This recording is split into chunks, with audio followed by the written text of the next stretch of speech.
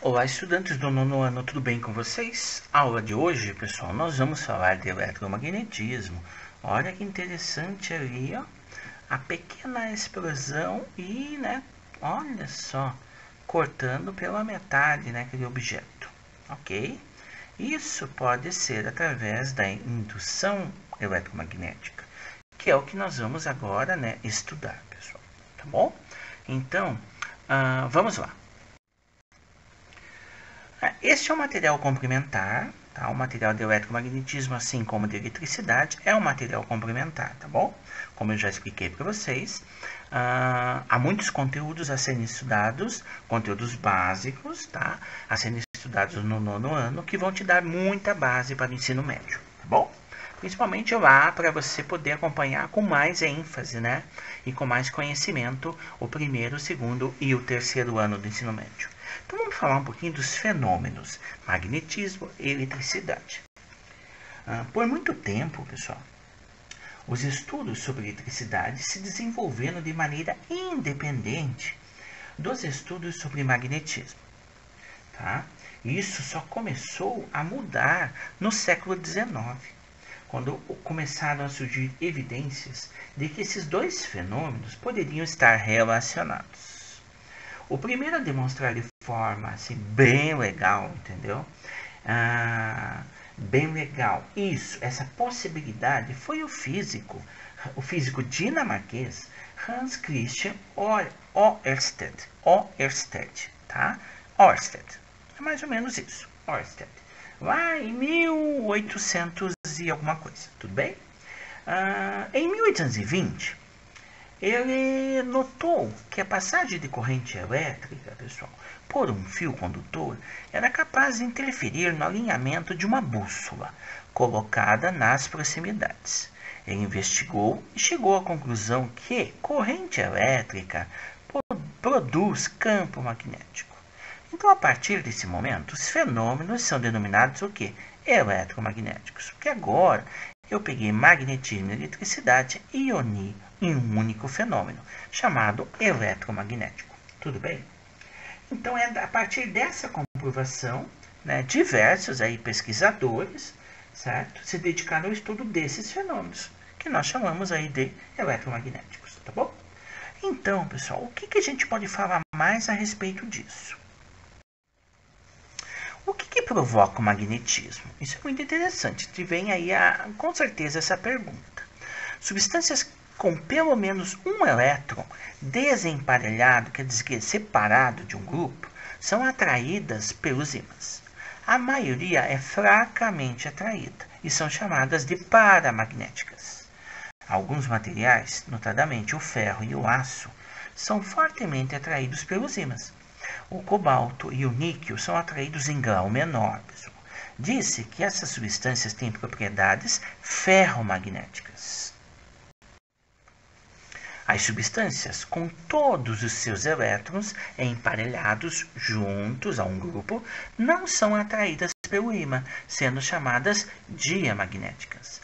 Átomos com pelo menos um elétron desemparelhado, separado, são atraídos por um ímã, então eles são paramagnéticos ou ferromagnéticos.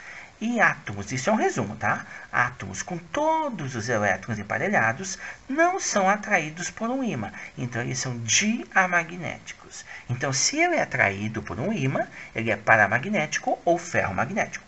E se ele não é atraído por um ímã, ele é diamagnético. Ou diamagnéticas, ferromagnéticas, paramagnéticas. É a mesma coisa. Atualmente, são fabricados ímãs artificiais, muito fortes e versáteis, com substâncias ferromagnéticas. Os ímãs de alnico, alumínio, níquel e cobalto atuais suportam um peso de mais de vezes os dos próprios ímãs. As substâncias ferromagnéticas são comumente chamadas substâncias magnéticas. Então aqui eu tenho um exemplo aí, através de figuras do cristal de bismuto, que é um material diamagnético, e o cobalto, que é um material ferromagnético. Olha a característica de cada um, pessoal, tá bom? Então vamos lá. A experiência de Oersted. Como que funcionou a experiência de Oersted? Então eu tenho essa experiência, eu tenho uma representação aí simplificada do experimento de Oersted. Quando o circuito elétrico está aberto, então peraí, deixa eu olhar lá.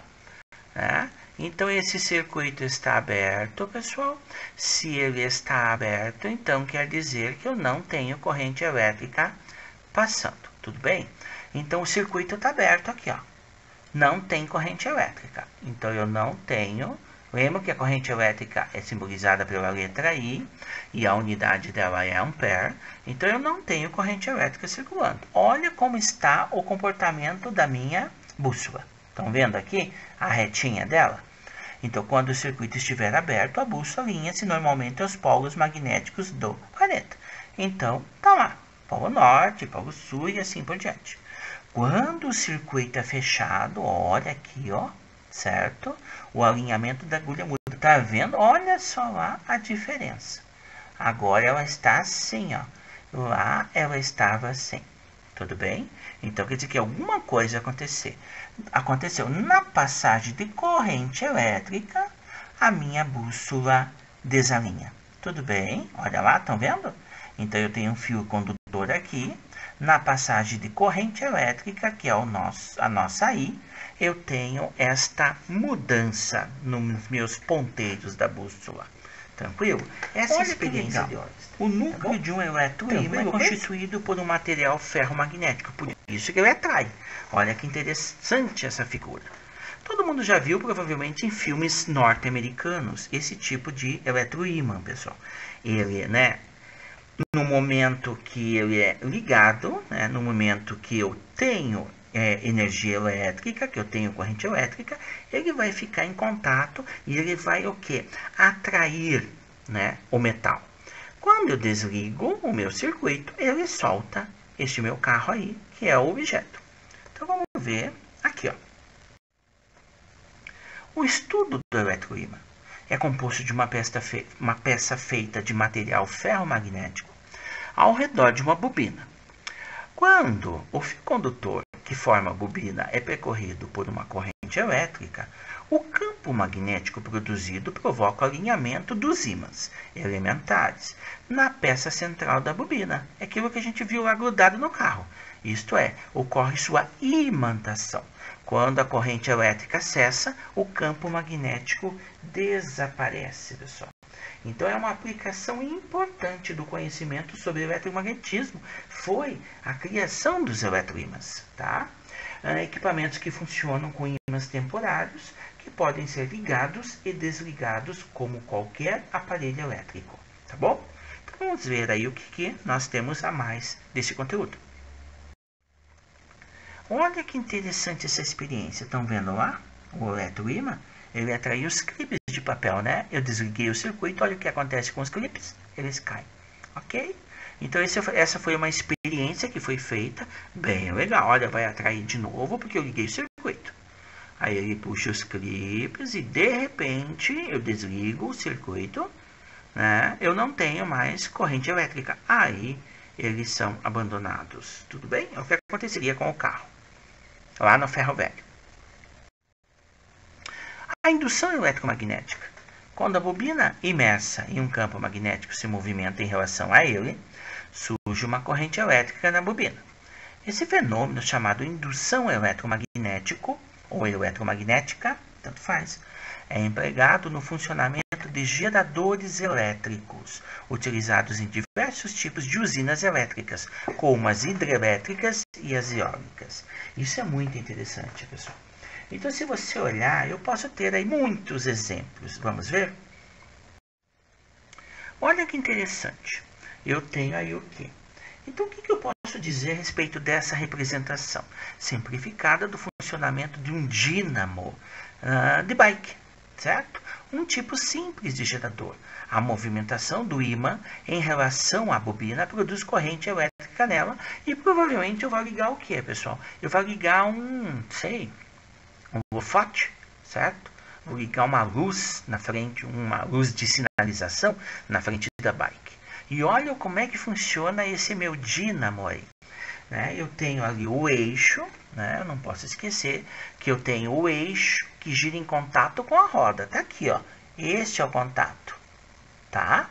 E tem um ímã permanente. O ímã é formado do polo norte e polo sul. Eu tenho uma bobina ao redor do ímã e eu tenho fios condutores. A partir do momento, esses fios condutores estão ligados lá numa lâmpada, numa sinalização, alguma coisa, entendeu? Que produz aí um sinal de alerta para as pessoas que estão ao redor transitando, tudo bem? Então eu tenho esse tipo de aplicação do indutor eletromagnético. Então, aí quando você fala de tudo isso, pessoal, certo? Você tem aí muitas outras aplicações. Vamos ver? Olha que interessante que eu tenho aqui, né? A turbina. Representação simplificada de uma turbina eólica em corte, evidenciando suas partes internas.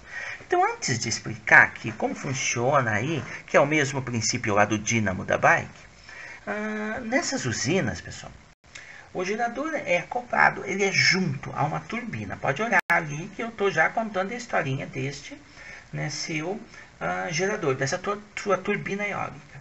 Então eles ficam juntos a uma turbina que gira em função do movimento da água nas hidrelétricas, isso na hidrelétrica. Ou do vento nas eólicas, que é esse caso aqui. Esse giro da turbina é transferido para a bobina no interior do gerador. Tá sendo, ó, lá tem uma bobina também. Certo? Que fica posicionado entre dois ímãs. Então, peraí, deixa lá. As pás estão girando através do vento. Tudo bem? E aí eu tenho uma bobina que está ao redor de ímãs, tá? Que vão fazer com que isso gire, pessoal. Ajude. E esse giro, né, que fica posicionado aí, que fica posicionado entre os dois ímãs, né? O giro da bobina, imersa em um campo magnético, produz nela uma corrente elétrica, pessoal, que é então encaminhada para a distribuição de energia elétrica, tá bom?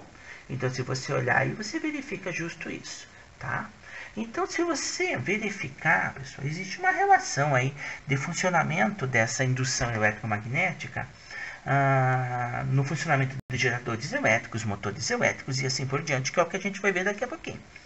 Se possível, né? Então, se você pensa em saber mais a respeito disso, tenta ver a história desse dínamo, como que funciona o dínamo, ou tenta estudar mais sobre turbina eólica, pessoal, tá? Porque aí você vai aprender bem mais sobre a parte de indução eletromagnética, tá?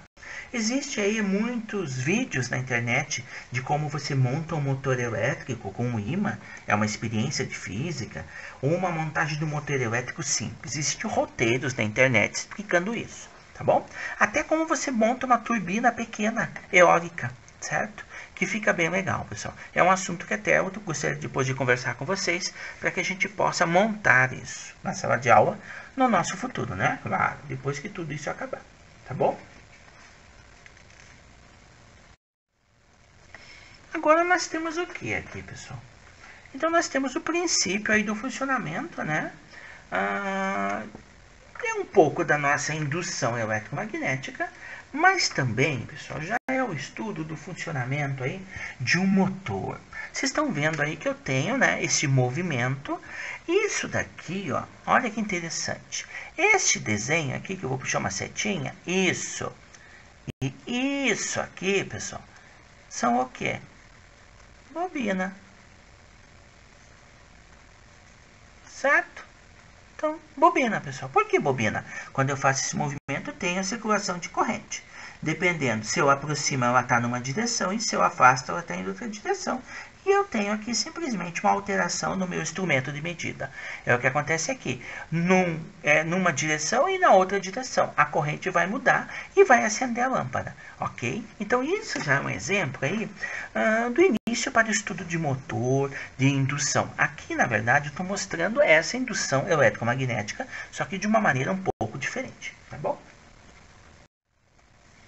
O funcionamento de motores elétricos. Aqui eu tenho uma hélice na letra A com o motor e na letra B eu tenho o motor aberto. Então o motor elétrico de drone inteiro, desmontado, na verdade, o A, né, que é o motor do drone, e o B é o desmontado, evidenciando suas partes internas. E lá em cima eu tenho, né, uma bobina girando, pessoal. Eu tenho ó, o movimento de giro aqui, ó. Eu tenho, né, os polos, eu tenho a fonte de tensão e eu tenho o ímã norte e sul. E eu tenho esse giro aqui que está produzindo provavelmente energia elétrica ou fazendo algum equipamento funcionar. Tudo bem? Então vamos ver o seguinte. O funcionamento de motores elétricos é um processo inverso ao que ocorre nos geradores. A passagem de corrente elétrica por uma bobina imersa em um campo magnético produz movimento, então é dinâmico. Nos motores elétricos, o eixo é conectado a uma bobina, normalmente composta de um fio de cobre, que é, né, ele é, como posso dizer para você, ele facilita a passagem da corrente elétrica, ele é condutor elétrico, certo? Enrolado inúmeras vezes. Estão vendo aqui? Olha o cobre aqui, pessoal. Ó, aqui está o cobre enrolado diversas vezes, ok? Dois ímãs fixados ao redor da bobina a mantêm dentro de um campo magnético. Quando o motor é ligado, a passagem de corrente pelo fio condutor faz a bobina girar ao redor de seu eixo. É o que está acontecendo aqui em cima. Então está girando em torno do seu eixo, que na verdade é um movimento de giro para a produção de algum movimento, de algum tipo de dinâmica, que é movimento, tá bom? Então, se você olhar aí, eu tenho este estudo dos motores elétricos. Quem tem curiosidade, olha aí alguns vídeos no YouTube sobre o funcionamento de motores elétricos, principalmente motores, pessoal, de moto, motores de carro, tá? Faz um comparativo aí, motor. Tem um tal do motor 4 tempos, tem outros tipos de motores, tá? Que até eu fiquei de, né, providenciar uma aula para vocês sobre motor. Eu vou verificar isso e depois nós fazemos futuramente essa aula. Então, terminando a aula de hoje, próxima aula, exercício sobre eletricidade, magnetismo e eletromagnetismo. Olha ali o desenho, né? Uma bobina norte e sul, olha a bobina girando lá, pessoal. Aquilo que está passando ali, circulando a corrente elétrica, tá bom? Então, agradeço a vocês, nono ano A e B, muito obrigado pela atenção. Tchau!